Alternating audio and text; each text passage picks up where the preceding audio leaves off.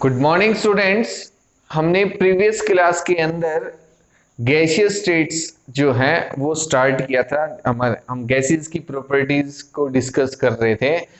हमने पहले पढ़ा था इससे पहले कि हम गैसेस की जो मास है, जो वॉल्यूम है, ठीक है, और उसका प्रेशर हम कैसे कैलकुलेट कर सकते हैं, ये सब हमने देखा था। ठीक है, आज हम पढ़ेंगे यूनिट्स ऑफ प्रेशर, जो काफी इंपॉर्टेंट है। ठीक है, तो हमारे जो प्रेशर कैलकुलेट करेंगे उसकी डिफरेंट यूनिट्स जो हैं वो हो सकती हैं। ठीक है, डिफरेंट यूनिट्स में वो जो है एक्सप्रेस किया जा सकता है। For example atmosphere, one atmosphere, इसको एटमॉस्फेयर बोलते हैं हम। ठीक है, तो हमारे पास जो वन एटमॉस्फेयर जो प्रेशर होता है, जो एक नॉर्मल प्रेशर माना जाता है, स्टैंडर्ड प्रेशर माना जाता है, वन एटमॉस्फेयर, वो हम लिख सकते हैं ये किसके इक्वल हो सकता है? 76 सेंटीमीटर के इक्वल हो सकता है, या 760 mm के इक्वल हो सकते हैं, कि इतना प्रेशर हम पे लग रहा है, 76 सेंटीमीटर या 760 mm। ठीक है, और इसको हम कह सकते हैं 760 टोर। क्या कह सकते हैं? 760 टोर, कि इतना प्रेशर हम पे लगा हुआ है। अगर वो कहता है 760 mm ऑफ Hg प्रेशर लगा हुआ है, मतलब वन एटमॉस्फेरिक प्रेशर लगा हुआ है।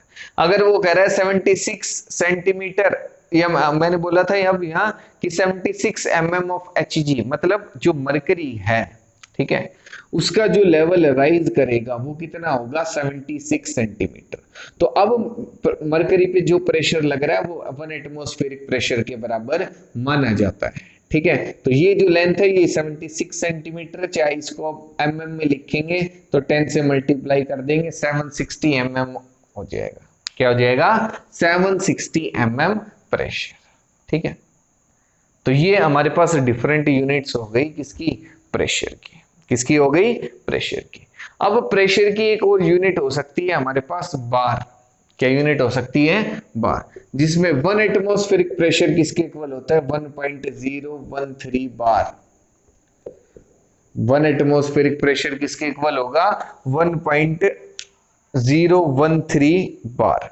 ठीक है, आ गया होगा समझ में सभी को। और वन बार जो होगा, अगर हम देखें वन बार, ये इक्वल होगा 0.987 एटमॉस्फेयर प्रेशर, ATM हम लिखेंगे। ठीक है, इसका मतलब है एटमॉस्फेरिक प्रेशर। ठीक है, तो वन बार किसके इक्वल होता है? 0.987 एटमॉस्फेरिक प्रेशर, एटमॉस्फेयर हम कुछ भी कह सकते हैं। ठीक है, तो ये सभी को समझ में आ गया होगा। तो हमारे पास ये डिफरेंट यूनिट्स हो सकती हैं कि प्रेशर को हम बार की टर्म में, टोर की टर्म में, सेंटीमीटर mm ऑफ Hg, मतलब कैसे भी हम रिप्रेजेंट कर सकते हैं। एटमॉस्फेयर हमने दिखा दिया। ठीक है, अब जो SI यूनिट होती है ना, SI unit of pressure, SI unit of pressure is pascal, PA से हम इसको रिप्रेजेंट करते हैं। किससे रिप्रेजेंट करते हैं? PA से हम इसको रिप्रेजेंट करते हैं। और 1 पास्कल जो होता है वो होता है 1 न्यूटन पर मीटर स्क्वायर। किसके इक्वल होता है? 1 pascal is equal to 1 newton per metre square. 1 pascal is equal to 1 newton per metre square. और 1 एटमॉस्फेरिक प्रेशर जो होगा, 1 एटमॉस्फेरिक, मतलब देखो यहाँ है फोर्स पर यूनिट एरिया, कि पर यूनिट एरिया कितनी फोर्स लग रही है? 1 न्यूटन। कितनी लग रही है? 1 न्यूटन, वो 1 पास्कल के इक्वल होता है। और जो 1 एटमॉस्फेरिक प्रेशर है वो आपके पास इक्वल होता है 101,325 पास्कल। 1 एटमॉस्फेरिक प्रेशर इस प्रेशर के बराबर होता है। ठीक है, कि 1 atmospheric pressure is equal to 101,325 pascal. और न्यूटन पर मीटर हम कुछ भी कह सकते हैं, per metre square, newton per metre square. ठीक है, तो ये हमारे पास जो है 1 एटमॉस्फेरिक प्रेशर की वैल्यू होती है पास्कल की टर्म में। किसकी टर्म में? पास्कल की टर्म में। तो ये हमारे पास हो गया प्रेशर और उसकी यूनिट्स, प्रेशर और उसकी यूनिट्स। अब आप एक यूनिट को दूसरी यूनिट में आसानी से कन्वर्ट कर सकते हो। ठीक है, ये आपको याद रखना है। अब हम कुछ लॉज पढ़ेंगे गैसेस से रिलेटेड, कि हमारे पास डिफरेंट लॉज हो सकते हैं जो गैसेस की प्रॉपर्टीज को एक्सप्लेन करेंगे डिफरेंट कंडीशंस पे, कि जब प्रेशर कांस्टेंट हो गया या जब टेम्परेचर कांस्टेंट हो गया तो उसका जो प्रेशर वॉल्यूम है वो कैसे एक दूसरे से इंटर रिलेटेड है, वो सब हम पढ़ेंगे। तो अब हम गैसेस, कुछ गैसियस लॉज पढ़ने वाले हैं, तो स्टार्ट करते हैं। कौन कौन से वो देखेंगे। अब हम पढ़ेंगे गैसियस लॉज के बारे में। हमारे पास डिफरेंट गैस लॉज है, ठीक है, जो एक्सप्लेन करेंगे गैसियस प्रॉपर्टीज को, और ये काफी इंपॉर्टेंट है। कॉम्पिटिटिव एग्जाम्स में कई बार ये पूछे गए हैं, ठीक है, और पूछे जाते भी हैं। +1 में काफी इंपॉर्टेंट टॉपिक है जो हम गैस लॉज के बारे में पढ़ेंगे, ठीक है। डिफरेंट लॉज है, बॉयल्स लॉ है, चार्ल्स लॉ है हमारे पास, ठीक है, एवोगैड्रोस लॉ है, उसके बाद आइडियल गैस इक्वेशन है। तो ये सब काफी इंपॉर्टेंट है, यहाँ से डेफिनेटली एग्जाम में क्वेश्चन आता ही आता है, ठीक है। तो बॉयल्स लॉ क्या कहता है, at constant temperature volume of a given mass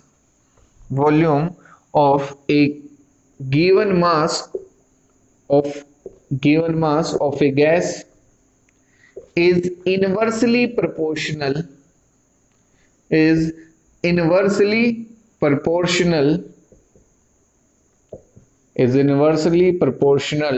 to pressure। कि आपके पास कांस्टेंट टेम्परेचर पे जो वॉल्यूम रहेगा किसी भी गैस का, वो किसके इनवर्सली प्रोपोर्शनल रहेगा, प्रेशर के, कि volume is inversely proportional to pressure. या हम लिख सकते हैं P is inversely proportional to volume. कैसे भी लिख लो एक ही बात है, इसमें कोई डिफरेंस नहीं है, दोनों एक ही बात को एक्सप्लेन कर रहे हैं। कि जैसे हम प्रेशर चेंज करेंगे, जब हमारे पास टेम्परेचर कांस्टेंट है और किसी भी गैस के लिए जब हम प्रेशर चेंज करेंगे तो उसका जो वॉल्यूम है वो चेंज हो जाएगा। वॉल्यूम क्या हो जाएगा, चेंज हो जाएगा, और इनवर्सली प्रोपोर्शनल रहेगा। कि प्रेशर बढ़ाएंगे तो वॉल्यूम कम होता जाएगा। इनवर्सली प्रोपोर्शनल का मतलब ये है कि जब आप प्रेशर इंक्रीज करोगे तो वॉल्यूम डिक्रीज करेगा, जब आप प्रेशर को कम करोगे तो वॉल्यूम इंक्रीज करेगा। तो ये क्या है, एक दूसरे के इनवर्सली प्रोपोर्शनल है। और यहां आपके पास जो टेम्परेचर है वो क्या है, कांस्टेंट। टेम्परेचर क्या है, कांस्टेंट है, ठीक है। T टेम्परेचर क्या है आपके पास, T, ये कांस्टेंट है, ये आपके पास क्या है, कांस्टेंट रहेगा, ठीक है। अब अगर हम देखें इसके अंदर, तो ये इसको आप कैसे समझ सकते हो, बिल्कुल आसान तरीका है कि हमारे पास सपोज करो एक पिस्टन है, ठीक है, जो P प्रेशर अप्लाई कर रहा है, और यहाँ जो वॉल्यूम है गैस का वो V1 है और प्रेशर P1 है। जब हमने प्रेशर इंक्रीज कर दिया तो उसका प्रेशर अब हमने कर दिया P2, तो वॉल्यूम कितना हो जाएगा, V2। वॉल्यूम कितना हो जाएगा, V2 हो जाएगा। तो हम देख रहे हैं, हम जैसे ही प्रेशर लगाएंगे ये जो पिस्टन है वो नीचे की तरफ मूव करेगा और जो वॉल्यूम है वो कम हो गया। जैसे हम प्रेशर कम करेंगे पिस्टन ऊपर की तरफ जाएगा और वॉल्यूम गैस का क्या होता जाएगा, इंक्रीज होता जाएगा। इस चैम्बर के अंदर हमने गैस फिल कर रखी है, तो जैसे प्रेशर बढ़ा दिया वॉल्यूम कम हो गया। तो इनवर्सली प्रोपोर्शनल है, प्रेशर बढ़ा रहे हैं वॉल्यूम कम हो रहा है। जब वॉल्यूम बढ़ेगा तो प्रेशर कम हो जाएगा, प्रेशर क्या हो जाएगा, कम हो जाएगा। हम कह रहे हैं कि जब हम प्रेशर कम करेंगे तो वॉल्यूम इंक्रीज करेगा। तो ये एक दूसरे के इनवर्सली प्रोपोर्शनल है, एक दूसरे के क्या है, इनवर्सली प्रोपोर्शनल है, ठीक है। तो हम लिख सकते हैं इससे। अब देखो हमारे पास ये जो आया P is inversely proportional to V या V is inversely proportional to P, यहां से हम लिख सकते हैं, अगर हमने एक प्रोपोर्शनैलिटी कांस्टेंट का यूज करते हैं, P is equal to K into 1/V, तो K क्या आपके पास, प्रोपोर्शनैलिटी कांस्टेंट, क्या है, प्रोपोर्शनैलिटी कांस्टेंट। कि ये जो प्रोपोर्शनल का साइन है जब हम हटाएंगे तो आपके पास एक कांस्टेंट का हमने यूज किया, और यहां से मैं लिख सकता हूं इससे कि P V is equal to K, PV is equal to K, और के क्या आपके पास कांस्टेंट है, तो अब मैं लिख सकता हूं PV is equal to constant, PV is equal to constant, कि जो प्रेशर और वॉल्यूम का जो मल्टीप्लीकेशन रहेगा वो क्या रहेगा, कांस्टेंट रहेगा।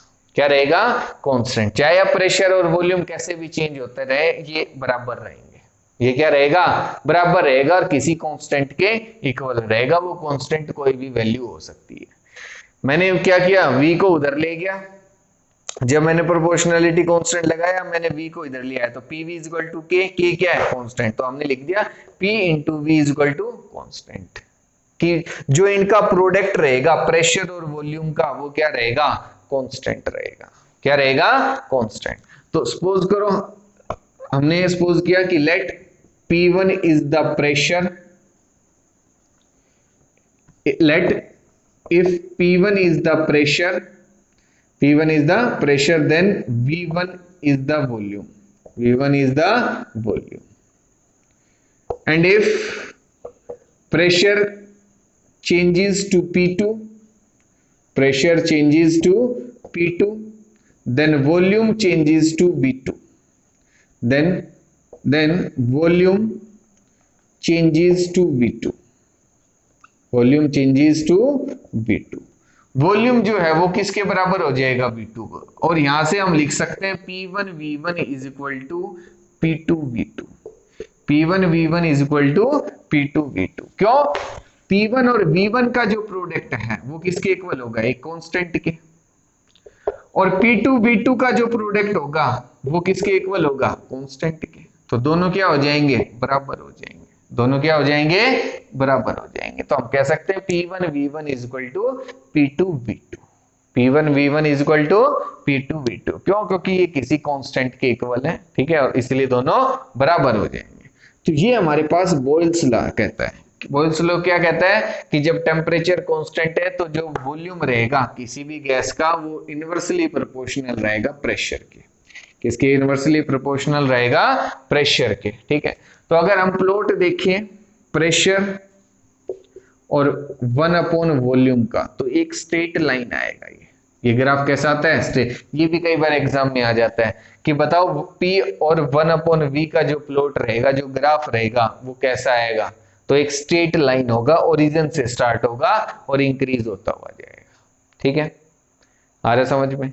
और अगर हम देखें प्रेशर और वॉल्यूम, ये तो P1/v का हो गया, और जब हम देखेंगे प्रेशर और वॉल्यूम का ग्राफ, केवल प्रेशर और वॉल्यूम, इस बार 1/v नहीं है, v है हमारे पास, 1/v ना हो के क्या है, v है, ठीक है।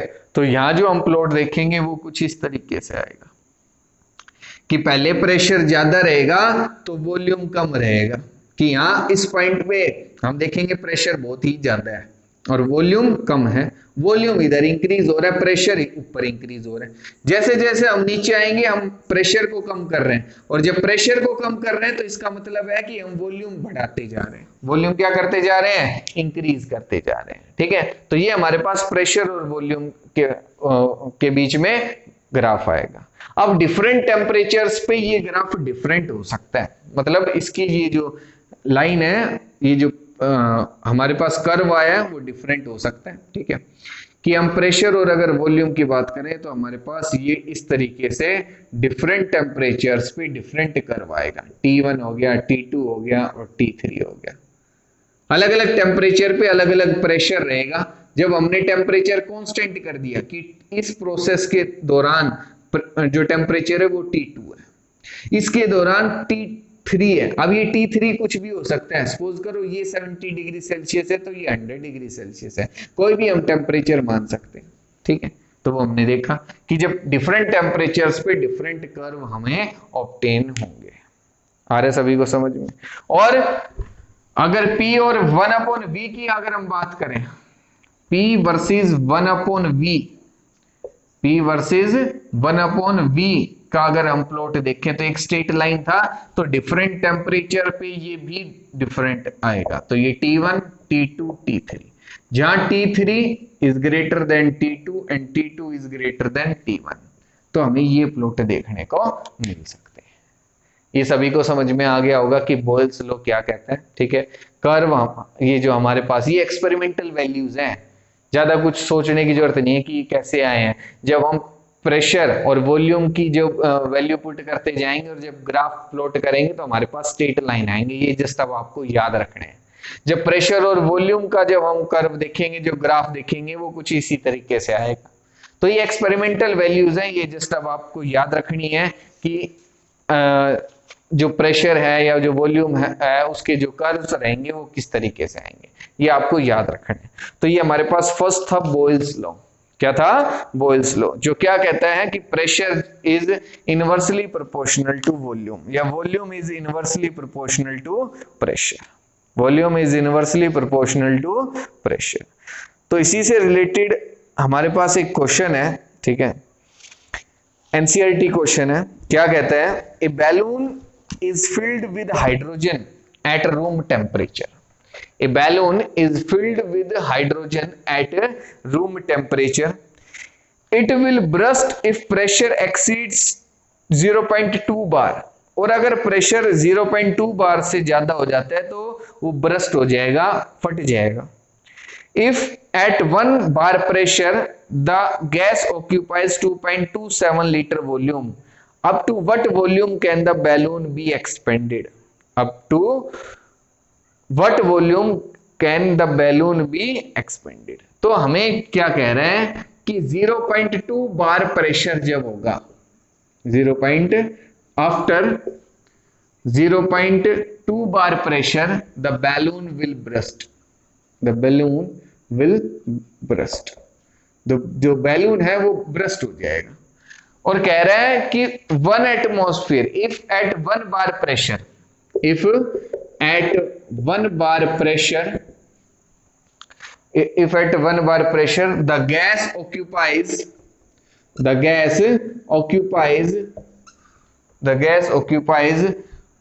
2.27 लीटर वॉल्यूम, 2.27 लीटर वॉल्यूम, इतनी जो वॉल्यूम है वो ऑक्यूपाई कर रही है। तो हमें प्रेशर दे रखा है P1 1 बार, और कह रहा है वॉल्यूम कितना रहेगा जब 1 बार प्रेशर है, तो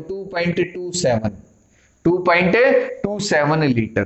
देखो हमें कह रहा है कि ये ब्रस्ट हो जाएगा, इससे हमें कोई लेना देना नहीं है। हमें एक और प्रेशर दे रखा है P2 0.2। क्या कह रहा है कि आपके पास जब प्रेशर 1 बार था तो इतना वॉल्यूम है, जब प्रेशर 0.2 बार है तो पूछ रहा है वॉल्यूम बताओ कितना है। जस्ट बेसिक ये है, और सब कुछ आपको कंफ्यूज करने के लिए दे रखा है।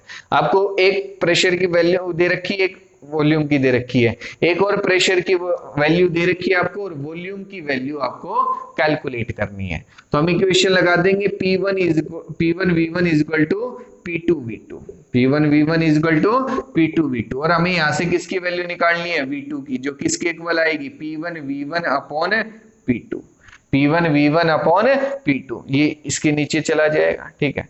तो अब आपके पास क्या आएगा? 1 इंटू 2.27 डिवाइडेड बाय 0.2 हमने वैल्यू रख दी, और आपके पास अब जो वॉल्यूम आएगा वो होगा 11.35 लीटर, 11.35 लीटर। अब आपको ये एक चीज याद रखनी है जब ये क्वेश्चन करोगे इस टाइप के, कि यहाँ 1 बार प्रेशर है तो वॉल्यूम इतना है। अब हमने जो प्रेशर है उसको कम कर दिया 1 बार से, 1 से ये वैल्यू कम होती है। जब प्रेशर कम कर रहे हैं तो वॉल्यूम ज्यादा आएगा, तो मतलब आपके पास ये वॉल्यूम कितना है? 2.27, तो इससे कुछ ना कुछ ज्यादा ही वॉल्यूम आना चाहिए, और ये तो काफी ज्यादा है 11.35 लीटर। तो कभी भी गलती से ऐसा क्वेश्चन हो, कई बार एग्जाम में जो कॉम्पिटिटिव एग्जाम्स होते हैं उनमें ये शॉर्ट ट्रिक होती है कि आपके पास 4 ऑप्शन होंगे A B C D, ठीक है, और कहेगा एक पे टिक लगाओ, और आपको कोई भी वॉल्यूम गिवन होगा और एक प्रेशर देगा, तो आपको क्या देखना है कि जो प्रेशर है वो कम हो रहा है या ज्यादा हो रहा है, कि P1 कितना है और P2 कितना है। सपोज करो अगर ये क्वेश्चन हमें कॉम्पिटिटिव एग्जाम में गिवन होता और हमारे पास 4 ऑप्शन होते, ठीक है। फर्स्ट जो हमारे पास ऑप्शन होता वो है 2.03 बार प्रेशर, 1 बार प्रेशर, ठीक है। एक होता आपके पास ये जो है 11.35, सॉरी हमारे पास जो वॉल्यूम होगा, वॉल्यूम आएगा सॉरी, ठीक है, हमें 2.27 लीटर दे रखा है, तो 2.07 लीटर, 1 लीटर, 11.35 लीटर, या आपको मिलता 0.5 लीटर। कोई भी हमें 4 ऑप्शन गिवन है ए बी सी डी, ठीक है। इसमें 2.07, 1, 11.35, 0.5। तो हमें जस्ट ये देखना है कि प्रेशर कम हो गया तो वॉल्यूम ज्यादा आएगा, तो इससे ज्यादा वैल्यू देखनी है, और वो केवल एक आपके पास, तो सी ऑप्शन हो गया। बिना कैलकुलेट किए आप आसानी से टिक कर सकते हो। अगर यहाँ प्रेशर हम ज्यादा कर देते, सपोज करो हमने 2 बार कर दिया प्रेशर, तो अब जो वॉल्यूम है वो इससे कम आएगा, क्योंकि हम जब प्रेशर बढ़ा रहे हैं तो वॉल्यूम कम होगा। तो आपको एक वैल्यू इसके अंदर चूज करनी पड़ेगी। अब आपको कुछ इस तरीके से ऑप्शन भी एग्जाम के अंदर मिल सकते हैं, ठीक है, कि आपको जो वैल्यू मिलेगी वो होगी 3.5 लीटर, 4.5 लीटर, 11 अभी जो हमारे पास आंसर आया 11.35 लीटर, और एक मिलती 1 लीटर। तो डेफिनेटली 1 लीटर वाला आएगा, ज्यादा तो हो ही नहीं सकता वॉल्यूम, ज्यादा तो हो ही नहीं सकता। तो इस तरीके से भी एग्जाम में क्वेश्चन पूछे जा सकते हैं। तो आप ये अपना आंसर चेक करने के लिए भी कर सकते हो कि आपका जो वैल्यू है वो ज्यादा आ रही है या कम आ रही है, वो डिपेंड करेगा आपके प्रेशर कम हो रहा है या ज्यादा हो रहा है, ठीक है। तो ये सब चीजें आपको ऑब्जर्व करनी है और फिर क्वेश्चन करने हैं। तो ये हमारे पास वॉल्स लॉ था, आज इतना ही करेंगे। नेक्स्ट क्लास के अंदर हम चार्ल्स लॉ पढ़ेंगे, वो क्या कहता है, ठीक है। फिर एवोगैड्रोस लॉ और डिफरेंट है, कई लॉज है हमारे पास, काफी इंपॉर्टेंट है, इनको ध्यान से करेंगे। कोई भी डाउट रहती है तो मेरे से पूछेंगे, ठीक है। Thank you.